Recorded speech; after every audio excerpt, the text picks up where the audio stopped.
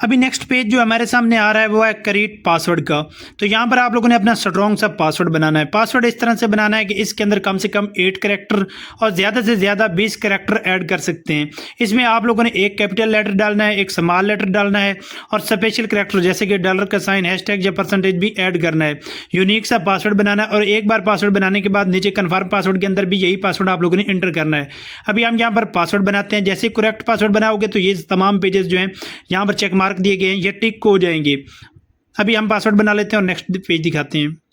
Password बनाने के बाद मैंने यहाँ पर सबमिट पे क्लिक कर दिया। अभी थोड़ी सी लोडिंग चल रही है यहाँ पर, और लोडिंग के बाद हमारे सामने ये वाला पेज आ रहा है। यहाँ पर है जी कंग्रेचुलेशन का पेज आ गया है और हमारी मुकम्मल डिटेल दी गई है। IBN नंबर तमाम सिक्योरिटी रीजन की वजह से मैंने यहाँ पर हाइड कर दिया है।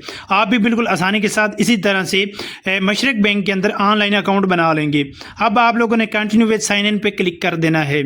अब इसी को साइन इन करते हैं।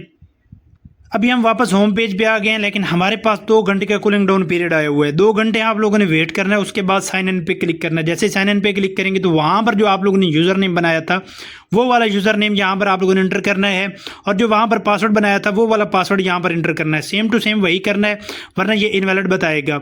अभी वो पासवर्ड और यूज़र नेम इंटर करते हैं और यहाँ पर चेक मार्क लगाते हैं और साइन इन पे क्लिक करते हैं।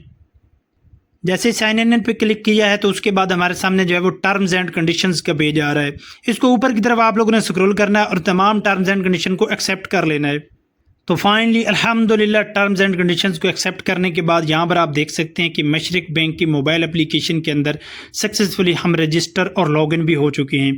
तो बिल्कुल आसानी के साथ आप लोगों ने भी इसी तरह से मशरक बैंक की मोबाइल एप्लीकेशन का इस्तेमाल करते हुए अकाउंट बनाना है और इसी तरह से आप लोगों ने इसमें रजिस्ट्रेशन और सक्सेसफुली लॉगिन भी करना है।